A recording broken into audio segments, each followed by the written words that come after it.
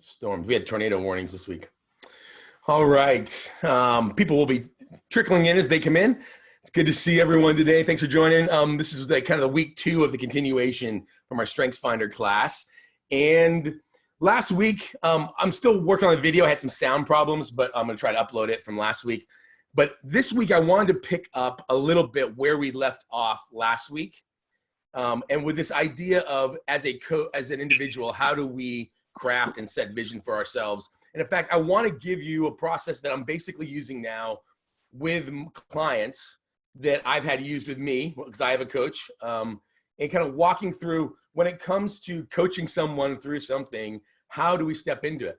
And so there's going to be 3 distinct beats that you're going to see today. And just to kind of give you a heads up and kind of a framework of this, I'm going to go back over and give you more examples in detail of this idea of setting vision and so vision gap reality. So I'm going to step back into that, not quite do it at Mach speed. Then I'm going to talk about why that process then fails for us. Like, what are the challenges of that? And how do we address that and think about that? And then I'm going to come back to, and how do you then tactically operationalize this vision that you have? And so, which would basically be the process that I try to do with clients when we start. So when a client starts with me on a call, that's what we do. We talk about this thing we're trying to set, and then the challenges that get in our way, and then what's the first steps. And then that's when the coaching relationship for me would begin, is that after that. And so everything we're going to do right now is kind of almost what I would do in a first call, or like so my website's being revised, and you'll see buttons everywhere that say book a free vision call. That is exactly what we're going to be talking about. And so I've asked Danny to tag team some in with me because he obviously does coaching there too. And we'll bring strengths into this as we start to talk about the operationalizing of it. But I'm going to try to kind of just cover some beats quickly in the kind of the framework of here. And I'm going to give you examples from my own life. But for those of you who are interested, if you're willing and you pick something off last week, our 5 areas of purpose, relational, financial, physical, community, that you're like, here's an area that I think I'd like to work out a vision for. Because what I would do normally is kind of get a client to figure out of their 5, what are 3 areas, and we would do this process with. If you want to ask questions about some of that, I'd love to be able to talk through that with you real time. So that's kind of where we're going. Danny's going to tag team in and out. Sound good? Good to see you, Danny. Thanks for being here. Good to be here. As we kind of go in, I'm going to share this iPad again. So last week, we basically started with, we kind of covered the 5 areas, right? We covered these 5 spaces of, there we go, there's the screens. We covered these 5 areas of Gallup's well-being as a source for vision. So how do we come up, kind of ask questions about where we want to go in life? And people always struggle with this idea of what does vision look like and all these other ideas. So the thought of giving those 4 areas is to almost inspire you to say, what part of my life matters? And so, but when you do pick an area, for me, so this process, when it works for me, is that I kind of worked through all my well-being pieces when I set goals for 2020, and I had picked a couple different areas. I actually ended up picking, I guess, so it was purpose in some ways. So that was one of the categories I picked. And I remember I picked a specific revenue target for 2020 that I wanted. That was that as a measure of my business and how well it did. I also picked a financial target for my own personal life for 2020. And that was that was going to be a debt conversation. Like, I have debt, company debt that I wanted to get rid of. And so I had a debt target for 2020 and physical. And so when I started, so I did this process in September, October. In physical, I was like, I kind of wanted to be able to, there's a couple different things, and I'll talk about what they were. And so these ended up being, when I started with I had a new coach at the time, and he's a friend, but I coached with him for 6 months. And I have a coach now, but he's like, okay, what are the targets we're working on? Where are we going? What's the goal?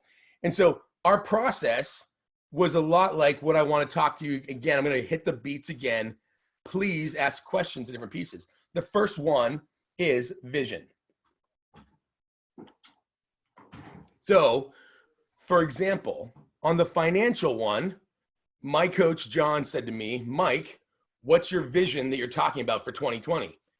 And I said to him, I said, well, I think I want to pay off debt. So my vision was pay off debt. Great. Okay, that's cool. Pay off debt. My coach, who is analytical, by the way, John is analytical maximizer, if that should tell you anything about a coach. So analytical, he's a lot like Todd. He's very specific in details, doesn't believe things that aren't real. He's like, great. How much debt do you want to pay off? 20%, 30%, 10 bucks, 20 bucks? And I was like, I said, well, I'd love to be debt free. Really? Okay. He's like, and then I came back and said, well, maybe not debt free this year, maybe debt free by next year. And so he said, and this is interesting, he was like, how much debt do you want to pay off? And I was like, 50% of it. Great.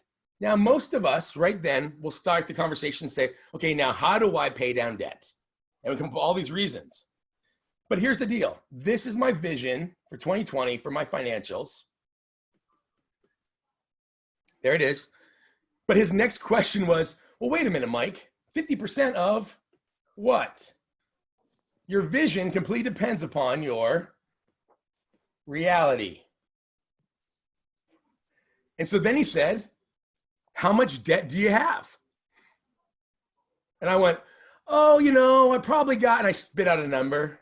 And he's like, okay, so exactly 50% of that is this much money. And here's how, and I was like, well, he's like, and that'll be 50%, right? And I said, well, sort of, maybe it's a little bit more, maybe it's a little bit more. And we just laughed because what ends up happening is, by the way, if you don't know this, there's research that says people would rather talk to you about their health, their sex life, than they would rather talk to you about money. They will describe to a stranger the intimate details of their life, but they won't talk about money. They have a money issue. And so what ends up happening is we don't tell the truth. And so he's like, Mike, how can you set a vision if you don't know what the actual reality is right now? And I was like, that's true. And so most of us think that if we just set a goal, it's going to be enough. But we don't often look at reality. And so the challenge is because between the vision and the reality is, and this is back where I was talking to you guys as we kind of ended last week, is there's a gap, right? All this is the gap. So when I talked about on a scale of 1 to 10, where are you? Most of us, if most of us will pick a number high enough that we feel good about progress, but low enough that we could take steps without the steps being too big. We minimize how bad this is. And so what we often do when we set a vision and reality is I did this to close the gap, because when John asked how much debt I wanted to pay, I suddenly felt bad. So you know what I did? I started to, at first he was like, how much do you want to pay off? And I was like, debt free, but I hadn't told him how much debt I had. So the first thing I said was, I want to be debt free. And then I went, yeah, maybe I just want to be lower in debt. So I started lowering my vision so the gap would be smaller. Well, then after I did lower my vision, he was like, okay, wait, what is 50% then? Well, initially I inflated my reality. It's not that much. It's no big deal. It's okay. To close the gap so I wouldn't feel bad. Finally, John, in classic John fashion, which I've now learned, he would have none of it. He was like, you can't have a vision if you don't have reality. If you were otherwise you're just dreaming. The difference between a vision and a dream is a vision is based in reality. Like, where are you?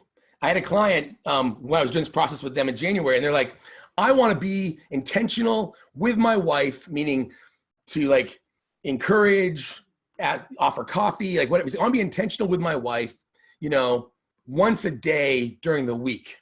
I'm like, okay, that's 20 times a month.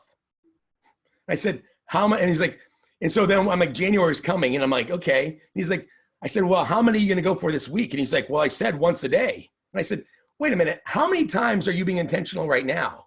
He's like, once a week. And I'm like, so you're going to go from once a week to 5 times a week on your first step.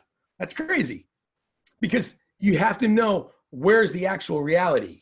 You can set a vision for physical and not know how much you weigh, what your blood pressure is, things like that.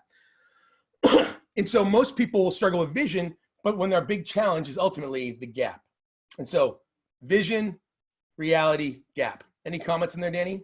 Yeah, Mike, I was just going to ask, and I kind of threw it to the group, for you all, what do you feel like is the most difficult aspect of setting your vision? Because I think some of us, like for me, I'm like aspirational, I'm futuristic, I've got all these dreams. And so I don't ever get to the granular, I don't get to the details. My wife's the opposite of me, right? Like she's got discipline and, and consistency. And for me, I'm like, well, one day I'll just do X, Y, and Z, And so I think for me, like my themes and the way I'm wired, my vision becomes inflated. To Mike's point, it becomes more of a dream. Others of us maybe get too stuck in the granular. So we're like even afraid to even start because it's so minuscule, or maybe our dream isn't big enough or our vision isn't big enough. It's only one step of the way. So I'm curious for you all, like what makes setting that vision, even to Mike's story, like as a case study, what makes it difficult for you to set your vision? Is it either extremes or something else that I might be missing? And so I see Katie says, knowing I likely won't follow through, or the gap is too great. Yeah, absolutely. Danny says, determining what I want. I feel like I want to do something for 3 weeks and it changes. It's hard to commit. Guilty. Activator. It's hard to commit to a vision because I'm afraid it's going to change. Absolutely. Yeah. Anyone else want to share or text it in? Great. Because as you guys jump in there, like even like talking to Katie's comment, when I wrote my first book, I've talked about this a lot publicly. My first book, I wouldn't tell people I was writing a book because to say it out loud was to create a vision. And I was like, what if I never finish it? So I can't possibly say I'm writing because I have to live in that gap. And so in a perfect world, we would set a vision, okay? And then we would set a vision, we'd base it off our reality, and then we would close the gap. Now, the way to close this gap is going to basically be to fill it, right? The way to close the gap is to step into it one step at a time and kind of build steps and kind of pull the two together over time, okay? And so most people will then think, so right, you get a vision, let's say for physical fitness, and then you look at your reality, you're like, yep, I'm out of shape, I can't do whatever. And so, so for me, just so you know, to make this one my fitness one, my goal was, my vision had to be very specific. It was not enough to say, he's like, what is your goal? And I said, I want to be in the best shape of my life in 2020. He's like, okay, what would be a measure of that? Because when it comes to making a plan for your life, every vision is very specific. It has a yes or no element to it. Everything can be measured in some way if you choose to make it a measure. And so for me, he's like, what is a sign, Mike, that you would be in the best shape of your life?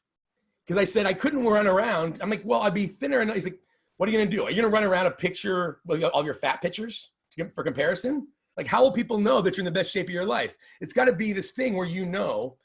And so I said, you know what?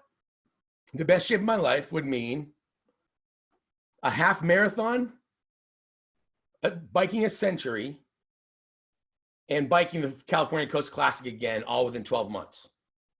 Why? Because those are things that either I could do or not do, but to do all three in a 12-month window would be signs that I would be clearly in the best shape of my life. So I had very specific signs, much like the how much debt I will have paid off X. See, this is why reality is important, because the vision has to be specific, but that means it's specific in relationship to reality. So go for specificity, because this is where the devil lives, is in the vagueness. So that's the gap. So we don't like the gap. So why? So let's imagine that. So I'm going to be in the best shape of my life, half marathon, Century, California Coast Classic, all within a 12-month window. What if I just ran out the door the next day and tried to run a half marathon? It doesn't work, right? Because but I could. That would close the gap. Yes, I just did it. I would die, but I closed the gap. Well, I didn't really close the gap. So why don't we? So the challenge of the gap is this. How we relate to this gap is the reason we do or do not accomplish the steps to realize our vision. This gap makes us feel things. So so think about it for yourself. How does the gap make you feel? How does it make you feel? Because that ends up being the issue. Most people set vision or reality, and when it comes to the gap, they're concerned, they don't like how it feels, and so they stop setting vision, they stop working towards things. This gap, typically, this gap produces shame. We feel bad. We don't feel good about not getting there. We feel bad about what if I didn't step into it enough. We feel bad about what will they say about me when I don't do it. They've heard me say it before. Relate there. And so all these other elements. So for you, what are you guys hearing? I mean, when you think about gaps, when you think about vision, what is it you guys think of comes to mind when it's like, okay, these gaps between my vision and reality, what are things you guys feel typically? Katie, I'd love for you to share, if you wouldn't mind, a little bit what you said. You're being vulnerable with us. So any thoughts on that? I mean, you're with gap and, not believing in yourself. Like, I mean, I think that's something we resonate with. What are your thoughts, or any thoughts on that? I mean, I think some of it too is just it's my first comment. My personality isn't great at the setting the steps, committing to something, but I think also some of it is thinking, well, someone else already does this so much better than I do. What exactly is my niche? What exactly is my place? I think there's some of that for sure. And some of it I probably don't think I unpack enough, to be honest. Yeah. Is it a worthy vision? Is it a worthy goal? To somebody else, is it worth putting your effort into? Mike, there's a couple comments on, Jessica and Danny said, like, changing so much, not being able to, like, almost like decide what the vision is because there's so many visions, or I'm afraid if I choose one, I'm saying no to a million others. So any thoughts on that in terms of like how the gap and where the gap fits in with having a vision maybe that's too broad or too many? Yeah, because I was going to say there's different levels of vision. And so what I'm talking about here at this level is almost more of a 12-month vision. This is a process you go through on a 12-month window. Now, with some clients, we're having a much larger conversation. Where do you want to be in 5 years? And then I would break it into this. I'd be like, okay, so for me, like my whole focus is, for me in 5 years from right now, I want to be speaking less, coaching less, and focusing more on helping create small businesses that create jobs in fragile economies. That's my long-term goal. That's the last half of my life. But between here and there is financial independence, lack of debt. There is clarification of my own vision. And so there's sub goals that are 12-month windows that roll. My ultimate goal, though, is by 50 to be able to pivot again, mostly into international public policy with regards to employment in fragile places. Right. And so that's my shift. And so I think from that, understand, you're not picking forever, you're picking for now. Yeah. You need a vision for now that you can then pivot every so many months if you need to. Right. I think that like a helpful way of thinking about it, and Mike, that was really helpful, because it's like, I think we have to think kind of bifocally, if that makes sense. Yes. Sometimes we have to toggle to the long-term view, but that can become exhausting. It might be tiring because we can't really see it fully. Yeah. It's still murky. And then it has to get like to the near side of short-term vision.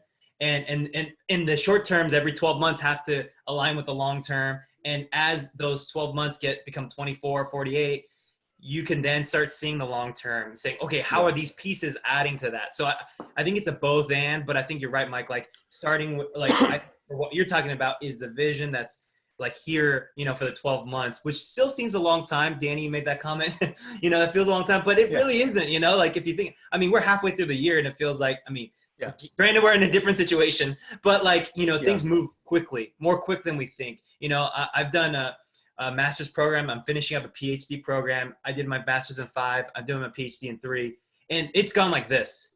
Like, I know people are like, wow, it takes forever. And it's like, dude, I don't even remember the time. It just has gone. But my focus, to Mike's point, is like, I've been able to kind of toggle it back to saying, what's my 2-month goal? What's my 3-month goal? What's my 6-month goal? And let me just stay steady with that, because then I look back in hindsight's 2020. I'm like, that was nothing in the grand scheme of my career. And I think, and so we're going to land there today. That's where we're going to go, is that this final piece of what the shorter term goals look like and how do you step into them? And so what does that actually look like? But this reality of the gap, though, and how it feels, is that what I found is, and this has been a real eye-opener for me in the last year, is that the reason I don't then try to operationalize my reality, because I just said, and I'm paying someone, I'm saying, I want this. I'm paying a coach hundreds of dollars an hour. And so I said, I want this. Then why don't I do it? How many times have you signed up for a gym that you're paying money for that you don't go to? How much do you ever sign up for a class that you take and then do nothing with? Your mouth is saying you want something, but then your behavior doesn't match it. This is the big issue. This is the gap, right? And we do this vision gap reality thing, by the way, every single day. You go to bed and say, I'm going to get up and run in the morning. That's the vision. But in the reality, you feel so tired, you sleep in. That's the reality. See the gap? But you said what you wanted was your vision. How often have you worked for or worked with people who say they want something, but the reality and the vision, they never work to close it? They're always there's a gap there. We're doing this every single day. So why then? Why is there a gap? How I relate to this gap, what I've discovered is a guy named Edward Schein, who was he was a professor at Pepperdine and UCLA and a bunch of other places. He's a pretty brilliant dude. I'm gathering from a couple different pieces of languages. What I've discovered is that there's oftentimes things that I want more than the vision that I say, and they only show up in the gaps. I want to be in the best shape of my life, but I don't work out as much. I will sacrifice and eat things I shouldn't. Why do I do that? Why does the thing I say I want not match the thing I do? Because there's something you want more. There's a private little addiction thing that goes on inside of us. And what we realize is, and so I'm just going to give you as a framework, that there are 4 addictions. Actually, let me do this way. I'll call them addiction's a negative word. So 4 needs. How about that?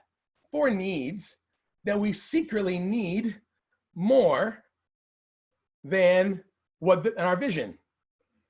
And they get in the way. So when given the choice between doing the hard work of our vision and getting these needs met, we pick the needs. So I want to list out 4 of them. 2 are usually a problem. The other 2, not so much. Okay. So the first one is feeling good. Okay. If you have this need, if that's one of yours, which is one of mine, I have a need to feel good or to not feel pain. I don't like to be inconvenienced. If I've worked hard, I'm like, oh, I've earned the ability to have this piece of chocolate cake right now. That's right. Because the resistance would be the feeling bad. Feeling good is one of my needs. And so when pushed, and between my vision that might cause me pain to get after in that moment, and feeling good while I'm in the Sky Club late at night after working all day, and I promised my trainer I'd eat on plan, but there's free alcohol, food in the Sky Club, and back in the days when I could fly, I would go, well, I don't want to feel bad right now. I've earned the right to not feel pain. And again, feeling good is one of our needs. Looking good. Second good. I don't want to look bad. And there's nuance to this. I don't really care. I'm pretty brave and courageous and I'll be vulnerable, but I don't want to look bad to people that I care about. A client, a friend, a relationship. For me, strangers, public, I'll be really vulnerable. I'll say things. Some of you have heard me. I'm very open on stage and things. But when it comes to something that might make me look bad, I don't want to say it. Third one, being right.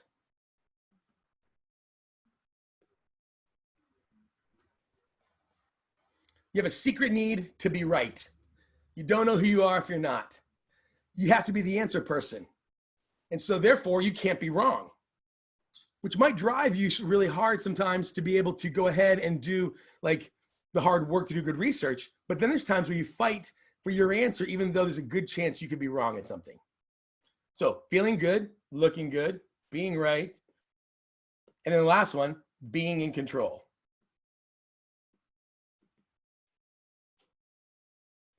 Being in control. Okay.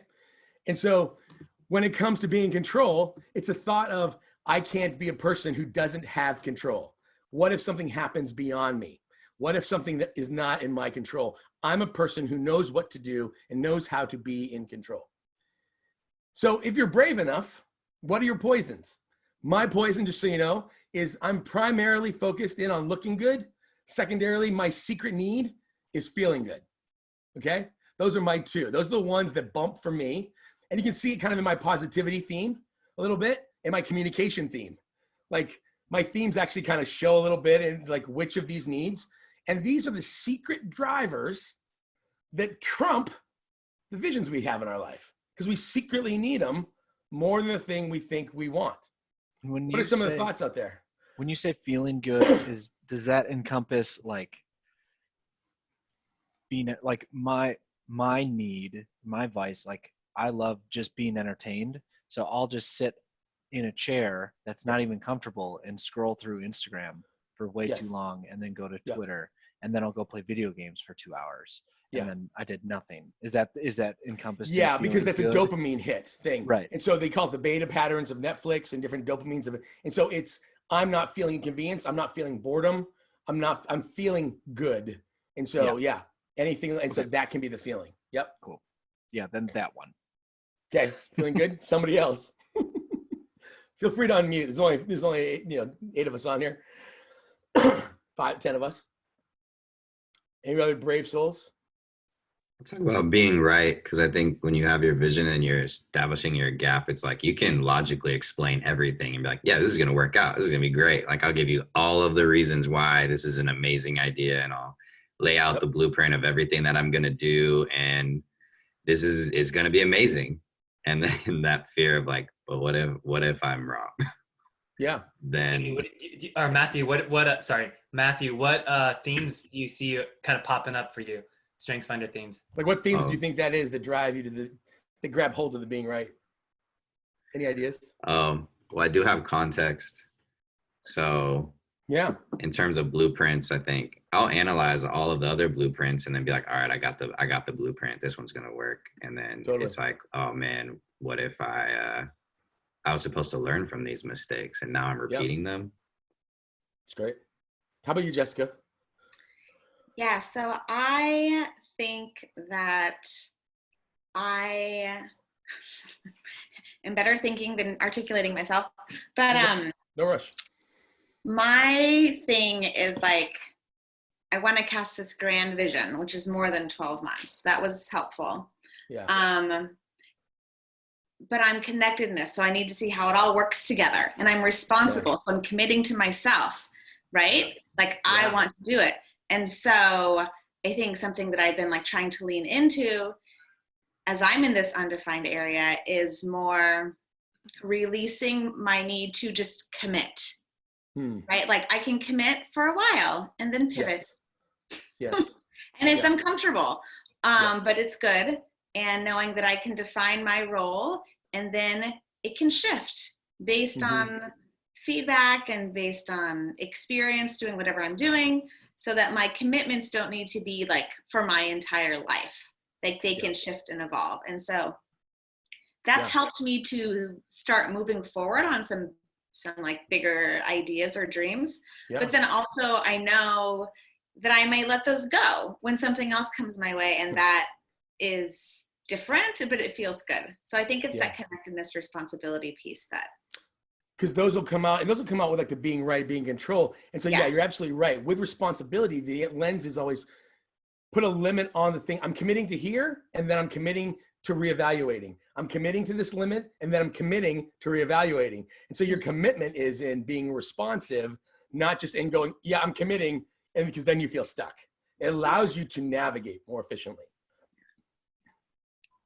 So in some ways, but so what I like to think about though, for all of us, is when it comes to feeling good, looking good, being right, being in control, what happens when you are feeling that thing, when you're feeling the opposite, when you're feeling like you're looking bad, when you're feeling like, think about things you want, the visions in our life, and then think about the reality. Because here's something that came out for me that my coach now hammers me. And if you actually could see the Instagram messaging that goes on, as he slides into my DMs, whenever I post things, he'll be like, there it is again. And we're friends now. He hasn't coached me in like 4 months. So for me, my feeling good, looking good, I discovered shows up in procrastination. Like I delay, because if I haven't started, I don't look bad. So it was an act of me pushing myself with a coach to even announce that I was going to do a free StrengthsFinder course. Do you know how often I have said in the last 2 years, I should really offer a free course? So finally I threw up, and in fact, I threw up this in another course that I was going to do on Wednesday nights. And I was like, wait a minute, that's way too much commitment. But I had to just do it, because you know what I would normally do? I would delay. You know why? Because I didn't have a cool slide to announce a free StrengthsFinder course on Instagram. Because you guys wouldn't come if the slide wasn't cool. So I wouldn't send out the slide. I'm like, yeah, I'm going to do it. I mean, the number of things I've told Danny over the years I'm going to do, but then I don't. To a point where, this is the craziest example. When I came back, as part of my goals, I was saying, I want to be in the best shape of my life. Well, I needed to get into different classes and courses. I also needed to meet people. So I was like, you know what? I'm going to commit as a short-term goal to joining fitness classes at my local gym. This is in January. And I was like, you know what? When I lived in Coronado, I would go to yoga.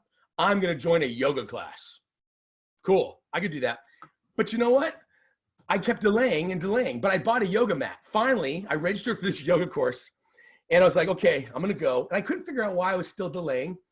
And then the night before the yoga class, it was going to be 6 a.m., I got in bed and realized that my yoga mat was still in the plastic. And in all the movies I'd seen on TV, when people go to yoga classes, they just roll out their mat. And so I'm like, wait a minute. What if my yoga mat isn't going to roll out well? What if I don't have it rolled the right way?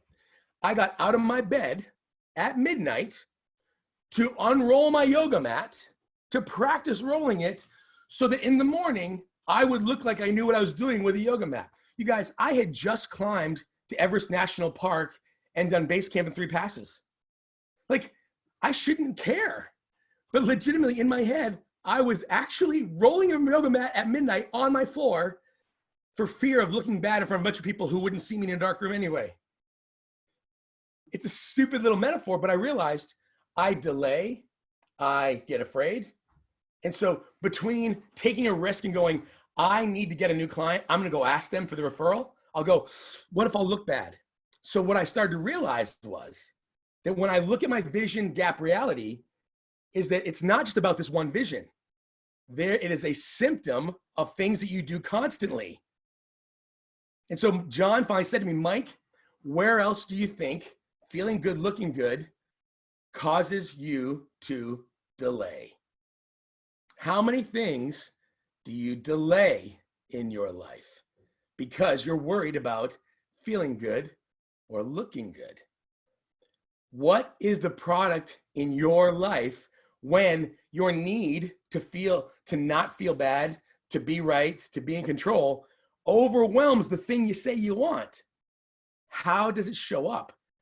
Because once you see it once, you'll start to see, I do it in relationships, I do it with my health, I do it with my money, I do it with my friends, like 5 areas of well-being.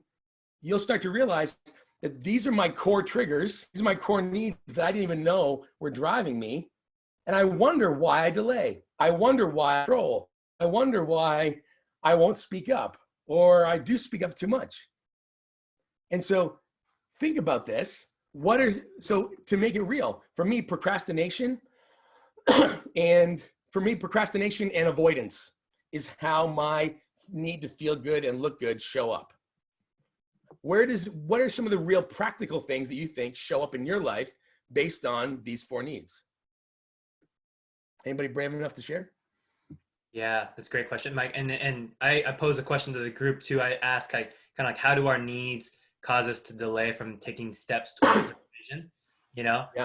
Because I can see how all those, but I'm curious from the group, what kind of resonates with you, or what causes you to stop or pause or, delay, even though we know that vision is what we want once we've defined it, but what keeps us from getting there, and how do these needs fit within that? You can feel free to unmute. So I can see when you unmute, so I can call you. Yeah, Danny. Call of Duty just dropped a new video game. It's like super fun to play. Call of Duty just dropped a new video game. Dude, what's it called, man? I gotta look it up. No, you don't. You don't do it, Danny. Yeah. And so for you, Danny, it might be like, I pick a distraction. And so it's the ability to step into just find 100%. A distraction. 100%. Yeah, it's 1,000%. It's memes on the internet. It's movies. It's a video game. And then here's where it gets really toxic: is I convince myself that playing it isn't like, I don't think playing video games is bad, but to an excess, sure, it is, because for me it's like a way that I communicate with my friends. Like, my best friend is married, and so I don't get to see him a whole ton, especially now that we're in quarantine. And so I tell myself, oh, this is a way that I hang out with my friends, which is all well and true and good. But when it's like tens of hours a week, it's like, well, all right. I wouldn't hang out with my friend in person this much. Wait a minute. Right. Yeah, exactly. Marcia? So, it's funny. I was going through and I go, yeah, I'm feeling good. Positivity, of course, right? Yeah. Looking good. I'm a workout fanatic, totally. And I was just debating about being right and being in control. And what I was thinking about control, but I really realized it's probably right, because I want to put out content, and I'm afraid I don't know enough information. Like, I'm going to be wrong in what I'm putting out, and somebody's going to say, this is stupid, or this is not right. And every time I put something out, I constantly get great feedback, but there's this gremlin in me, input, that doesn't think I know enough. So that's exactly right. And so there's people that could be helped, but what happens is this unseen driver says, oh, well, you can't possibly have what that person needs, potentially. And so it holds, when it's like, wow, I mean, Marcia, like, you could just put it out there because it's okay. It doesn't, one, you probably are right, but two, you can have an impact that you don't even realize in some ways. Does that make sense? Yeah. Mm-hmm. And so I think, because that's the other piece of this. And this is where we don't have to dive into this piece, but just so you know, I'm going to step back into that steps piece. But this is where, when I do group coaching and I do individual coaching, you then have to unpack and say, what is the core lie you believe? Because this, just so you know, these needs are based on a lie about yourself.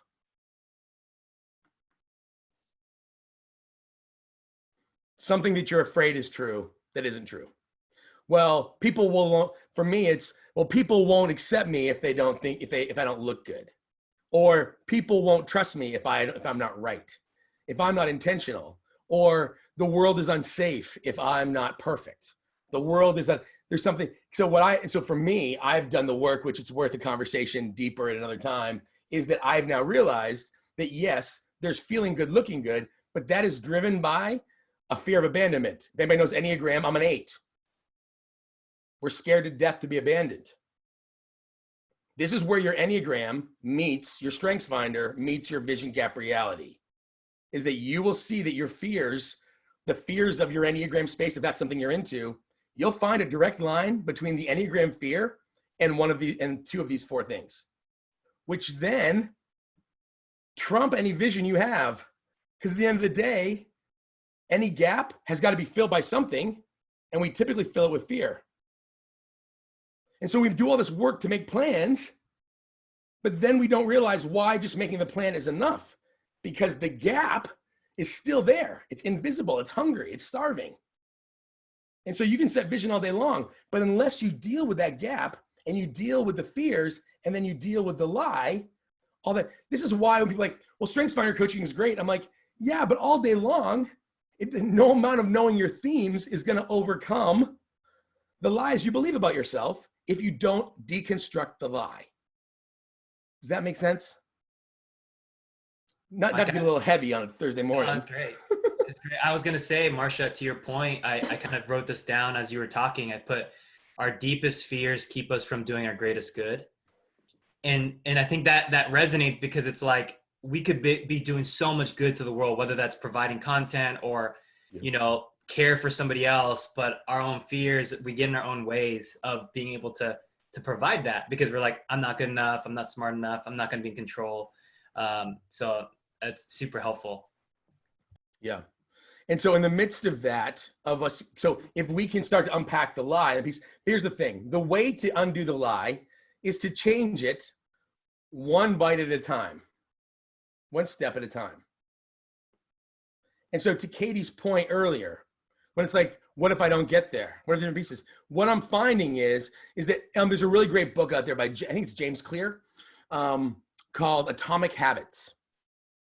In the book Atomic Habits, he means atomic not in a great force, but meaning from an atom perspective, like the smallest perspective. That typically, one of the challenges we face is that if we do find the courage to go, one, the work of a coach, by the way, is to really help people keep going, wait a minute, I chose my need over my vision. And so we get used to going, like every week we're checking in. You said you were going to do X, did you not do it? Well, here's the thing. For me to check myself on whether I chose my vision day to day or whether I chose my gap, the way to check that is to constantly give yourself things that you have to step into. One step at a time, one chunk at a time. So when I have a much larger vision, I want to have my own company, let's say in 5 years, that's somebody's vision. I then break it into 12 month, 30, I do 12, so 12 month, yeah, double tap Apple Pen, come on. You can do 12 month,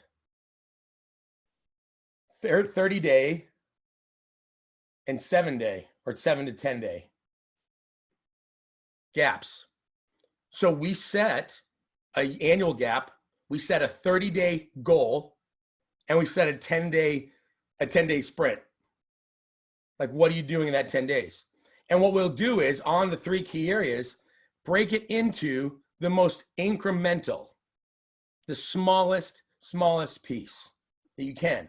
Like, because that's how you reclaim and deconstruct the lie, is the smallest step at a time. Like the smallest possible piece. And so for me, step 1 for me on my financial one I told you guys from the beginning was, Mike, count your debt. And he was like, Mike, what do you think the most key thing you could do would be if our goal is to pay off 50% of your debt by December, what is the most key thing? And I was like, well, I probably should look at all the things I'm overspending on. He's like, Mike, do you know how much debt you have? Step 1, truly, of moving towards a goal is getting completely real. And I said, okay, I'm going to find all my debt. He's like, all right, can you do it? When do you want to do it by? So time is the other factor of this small little transaction. Don't overbite. You take it and you break it into the smallest possible chunk. And then when you're done, you move on. There's a woman named, I think it was Twyla Tharp. I might get this wrong. Twyla Tharp was a famous dancer, ballerina. Like her whole life. She's world famous, especially in New York. And she was known for, even into her 70s, working out for 2 hours every morning at her studio. 2 hours every day. And everybody said, how do you maintain the discipline of that? And she's like, I do not have a workout discipline. She's like, I have a hail the taxi discipline. It's like, what? She said, if I can hail a taxi outside my apartment in the morning, I will get to my studio and work out. But I can't think of it as going to work out. What does it take, she said, for me to get from my apartment to the taxi stand? That's it. Because once I'm there, I'll go. Right? We take the big steps and go, people say, well, how do I find a job or whatever? And I'm like, can I ask you a question? Have you talked to your spouse enough to decide, I am looking for a new job? Yes or no? That's your homework for the week. Have you given yourself permission? Like, you break it into the bites that seem so small. Most of us are jumping way too far ahead. Can I decide that I want to create a vision? Can I decide not to? And so, to take Danny's story and spin it someplace else, like the first step for me wasn't to go, first to get in shape, wasn't going, I'm going to start running and adding all these things to my life. I actually started with things I was going to remove. I was like, so I thought, well, I'm going to remove things from my life. I'm going to remove bad things as a starting step, remove step. But then I realized that was too far ahead. I had to learn to track things to get to reality. I can promise you, whatever first step you think you need to take in order to start to rethink this gap and start to reclaim the story of this lie you believe of it only works if I look good, starts one tiny, I heard somebody say it's a marble. It's like a bag of marbles. One marble by itself doesn't do much. Put a marble in and then another. And so what I spend my time doing with clients is going, okay, did you put the marble in this week? And then if you didn't put the marble in, if I didn't track, if I didn't take the steps I said I would take, I then always go back, okay, what was the need that I prioritized?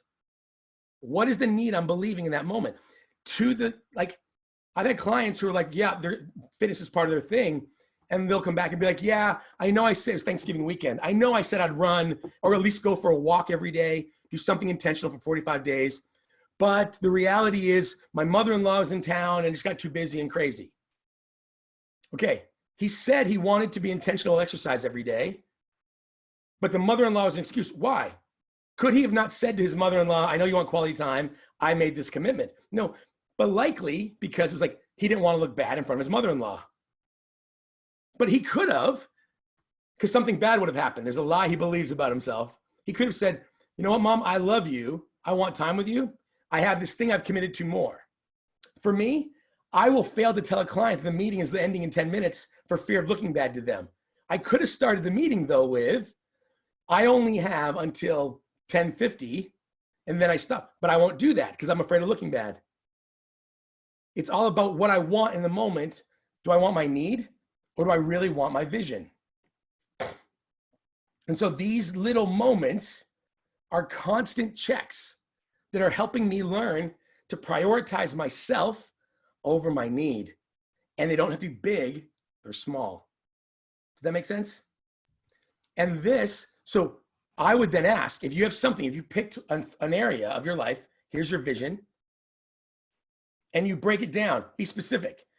Yeah, what's the metric? How will I know a year from now that thing occurs? Well, if I was going to do that, how would I break that into 12 months? Well, how would I break that into 30 days? And then from there I go, what are the 1 to 3 most simple actions that would move me forward? A simple action. And every 30 days, just so you know, I recalibrate. Next. And you may find that, okay, I thought by month 6 I'd be here. It's okay. I don't need you. The act of you doing this, it's not about hitting the 12-month goal. The act of you doing this every week starts to change how you behave and redirects. You are likely to hit your goal, but even if you don't, you're significantly further along. And so it's the matter of going the big into the small chunks.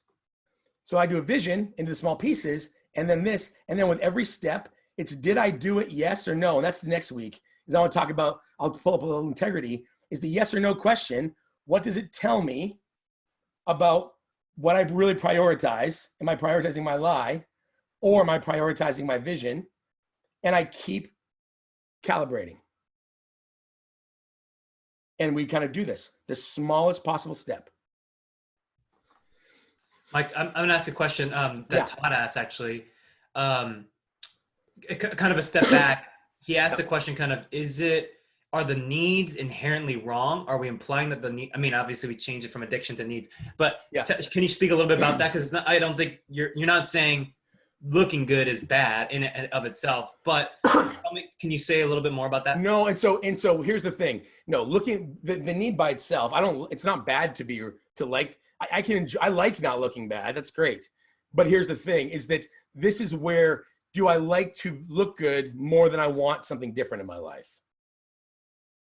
Is that it's not a problem, but it could be a problem because it's okay to, like, there's times I will say to my coach many times, yeah, I'm not committed to that thing this week. Yeah, no, I can't. In fact, I can't commit to being alcohol free during COVID. I was like, yep, I will commit to exercising every day. I'm not committing to not having whiskey. I won't do that. That's not my thing. Like, because I'm like, oh, but now my season's ending. I'm like, oh, I'll shift. And so I have to be, the trick is the needs are about being aware of what you want. It's not about judgment. But when we say, oh, I want this vision so bad, and then we don't, this is a process for people who say they want something and then wonder why they don't get it. We think it's just because we failed to plan, when the reality is we actually want something more. And so to the question, Todd, it's like at times, what do you want more? And so ultimately in those moments, and so I have parents who'll say, do I want to be right or do I want to feel love? Do I want to feel, and I heard a great quote the other day, someone said, I'd rather be right than be consistent. It's like, people are like, why you change your mind? Because I'd rather be right than be consistent, which is great. And so knowing what you want, and so there's nothing wrong with these needs, but be aware your vision is miscalibrated if you set a vision, but you constantly trump to a need. You don't really want the vision. How do you then create a vision that matches a need if that's what you want? But be aware, there's times when your needs, especially if they're built on lies, they can be toxic. Yeah, Todd, do you want to add any follow-up question to that? No, that's good. Yeah, I think what I hear you saying is it's the excess of, for example, wanting to be in control, Totally. and using it in the wrong context or in a part of your life where it doesn't need to be. That's along the line of what I'm hearing. Yeah, because Todd, what I'm saying is like at that moment, because there's likely things that you're going to want that's going to mean like, man, to grab hold of that, I got to let go of this. And there's going to be a moment of feeling out of control. And you're like, okay, but it's for something better. Like to go, oh, I just should not be in control. That's garbage. Know that there's moments where you want something more than you want to be right in that moment. Sure, that makes sense. Yeah. Just a deconstruction that way. Yeah, and his question kind of also too tagged on like vocationally. He's a pilot. Doesn't mean not to be in control. I think it's a little different. Like we got to be in control of things that are like life threatening. Yeah. Yeah, Todd, please be in control. Yeah, but when it comes to building my business, I have to take risk. I have to say, okay, I can't control whether this Amazon sales tax is going to hit me or not, and I have to accept that. So it's applying it to the context that is appropriate. Yeah, because I think these needs they're like they serve us, they help us in certain ways in the right moments. The trick is knowing when the need overrides something else we say we want, because we can say we want that and they're like, but why do I keep defaulting back to the old way? It's because we're not in touch with the fact that we keep choosing something else. So we choose safety over risk. We choose comfort, like Danny said, we choose comfort. And so that also then, if I can leave you with one thought, is how do you tell yourself the truth? Because Danny's right. I will say, well, while meeting my need of feeling good, I'll be like, well, I'm in business, so it's a good idea to look good. It's a good idea to look good. It's okay to delay till it's right. Why do it carelessly? But that's a lie, right? They call it a racket. In the old days, during the days of no alcohol, the store up front would be a nice little drugstore, but the liquor store would be secretly in the back because the liquor store was more valuable. They could sell liquor in the back, bar in the back, but the drugstore was the shiny, happy face. And so as we talk about integrity next week, this is that other thing, is that the language we use to tell ourselves, oh, here's what I justify and think I want, when in reality, I'm secretly trying to get a need met. Does that sound good? Good. So be thinking this week, vision, gap, reality. Are there times like, and so again, mine is delay. My feeling good drives me to delay. Where do I delay in my life? What do your needs drive you to that might end up getting in the way of the things you want? Yeah. Any thoughts? As we kind of I just asked the question, kind of what was helpful. If in the last couple minutes, if anyone has a thought, you could text it in. Love to check in. Danny, I like that 12, 30, 10 goal setting rhythm. That's nice. Yep. Asking how the gap makes us feel. Unpacking the lies that live in the gap. Yep. Super helpful. Sweet. So next week, we'll kind of tie these together. How to go, okay, wait, I have to unframe these and kind of go a different direction. So, sound good? Thanks, everybody. Have a good week. Mike and Danny. Thanks. Thank you. So good. See you. Happy belated birthday. Thank you. Happy birthday. Yeah. Absolutely. Ask away, Marcia. Happy birthday. Is there a book on this? I mean, because I know that the pieces on the well-being